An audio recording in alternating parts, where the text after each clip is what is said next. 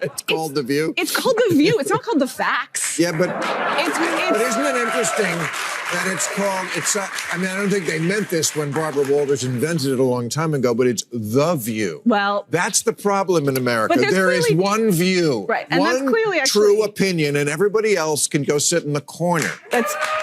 It's called The View. It's not called The Facts. It's not called The News. It's called The View. And somehow that name says it all. It's not just a talk show. It's a battleground where opinions clash and soundbites are king. It's not just about what's right. It's about what you can shout the loudest and have the most cameras trained on you while you do it. The name alone signals one thing. It's all about perspective, about the different takes, the different angles that each guest brings to the table. But when we look closer, we realize the problem with America might just be how one view often dominates the conversation. Everyone else? Well, they're just asked to stay quiet in the corner. Enter Sunny Hostin, who recently became the unwilling star of one of the most dramatic showdowns in The View history. They're disgusting. She's Anna Navarro, in your wildest imagination, you could never solo host a show. You will only ever make it as part of an ensemble, and you could never hope to achieve the success that Tucker Carlson has. So you can sit in your little cheap seats all day long and enjoy your little negative henpecking, but your careers are going nowhere, and Tucker is about to dominate. She didn't just get into a verbal back and forth. She was tag teamed by Bill Maher and Megyn Kelly in a way that made your typical reality TV squabble look like a Sunday afternoon picnic. This wasn't just a debate. This was a full-on verbal mugging. 1 second, Sunny is sipping her tea, feeling comfy in her spot on the panel.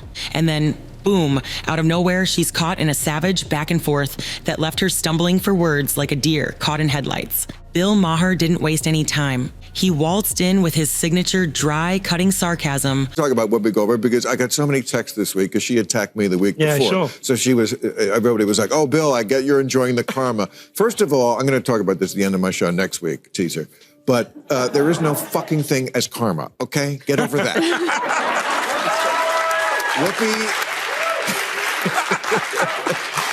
attacks me on a regular basis. She says stupid shit on a regular basis. It just happened to coincide.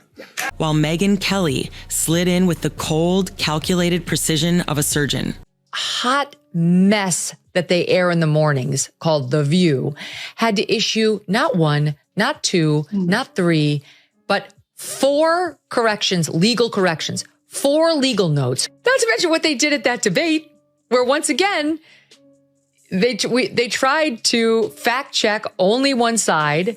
And then when their fact checks got fact checked, they cowered. They cowered in fear. I mean, this is a pattern with them. Sunny wasn't prepared for this. It wasn't just a debate. It was like watching someone bring a glitter pen to a demolition derby. Bill and Megyn didn't need to yell or make a scene. They delivered facts hard and fast, like emotional bulldozers running over the fragile platform Sunny was trying to stand on. Poor Sunny tried to play it off, but she was clearly outmatched. Now, Sunny's thing, she loves to flash her law degree like it's the golden ticket to end every debate. She'll throw in, as a lawyer, every other sentence, as if that's the magic phrase that guarantees you victory in every discussion. But here's the issue. Half the time, her legal insight feels like a house of cards built on a shaky foundation. She loves to talk about systemic injustice, and no matter the topic, TikTok dances, cat memes, or the latest Twitter controversy, she'll somehow twist it into an indictment of society. Any term you want. Okay. Because maybe that is a word that's triggering, and so let's not use that word. I don't know, want to call it the super far left, but don't tell me the left Or maybe the super far right. Well, he's talking about the left. Well, then okay, but we talked about that. I mean, I think we agree about the danger of the super far right, and I can't say it enough. I think they're the bigger threat. But don't tell me that the left hasn't changed. Mm-hmm. I mean, I'm old enough to remember when it was the conservatives who hated the Jews. Yeah. She's like a walking, talking outrage machine, always ready to turn the most mundane topic into a high-stakes battle for moral superiority. And here's the kicker. Sunny, along with The View, have earned a reputation for having the most selective fact-checking. If it's convenient, great. If it doesn't fit the narrative, well, just ignore it. But when they actually get caught in a lie, like during that one debate when the team tried to fact-check one side, only to have their own fact-checks turned upside down, you could see the fear set in.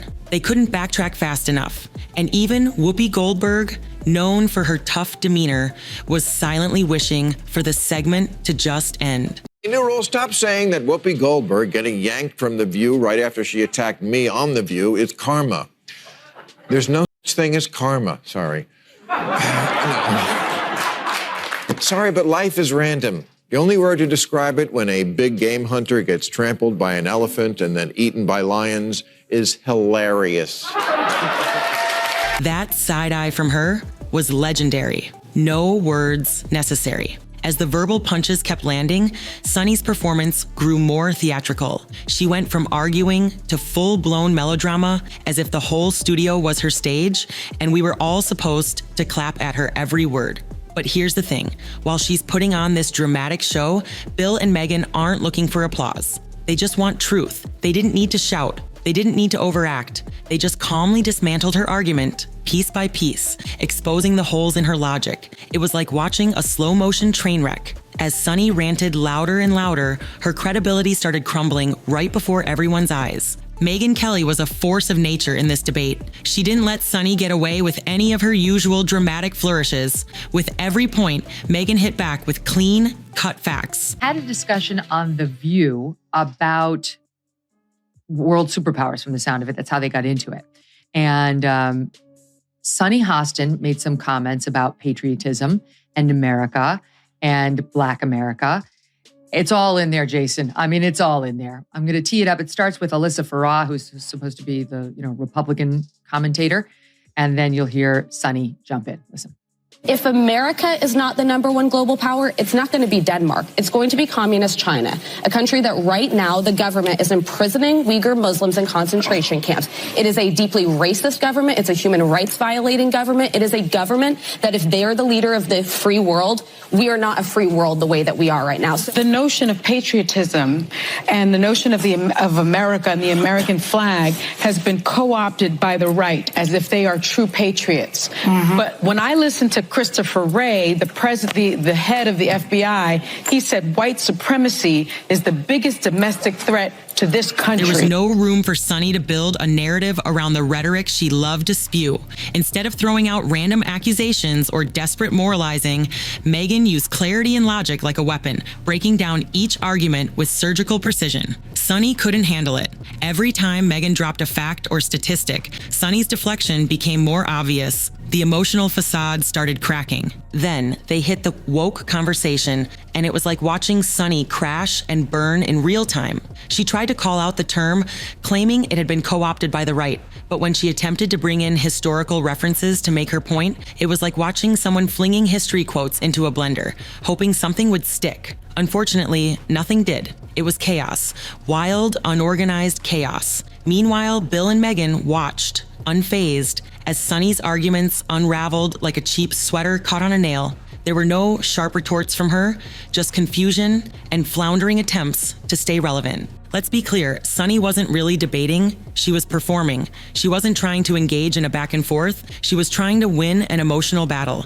Every comment was a monologue designed to make the audience feel something, anything, but not actually think critically about what was being said. But here's the problem with that. You can only perform for so long before the audience starts to see through it. Sunny couldn't keep up with the cold, rational delivery of facts from Megyn and Bill. Her emotional drama became her undoing. At the end of the day, it wasn't about how loud she yelled or how many times she sighed dramatically. It was about who could stand firm in a discussion without resorting to emotional manipulation. By the end of this chaotic, high-stakes showdown, it was unmistakably clear Sunny Hostin had been thoroughly outmatched. This wasn't just a loss in a debate, it was an ideological implosion, a televised meltdown that served as a stark reminder of what happens when someone's entire platform is built on emotional appeal rather than solid, factual reasoning. Sunny, who's used to delivering impassioned monologues with the air of moral superiority, quickly ran out of steam.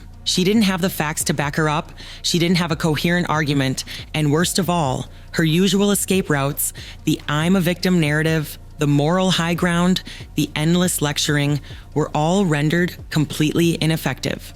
Every time Megyn Kelly or Bill Maher hit back with cold, hard logic, Sunny's emotional fortress crumbled further. What made this even more painful to watch was how out of place Sunny looked when the facts were placed front and center. She didn't just lose her composure, she lost her identity. For someone who thrives on being the voice of moral justice, being calmly dismantled in real time was nothing short of a disaster. It wasn't just that she didn't have the data to support her position, it was that she couldn't even hold on to the narrative she had so carefully constructed. The longer the debate went on, the more desperate and unhinged her responses became. She was no longer defending her stance. She was scrambling for any way to justify her position. She tried to play victim, but even that fell flat. It wasn't a debate anymore. It was an emotional spectacle. And in the end, it wasn't about winning or losing an argument. It was about the deep unraveling of a persona that had been built on outrage, shock value, and a constant need to lecture.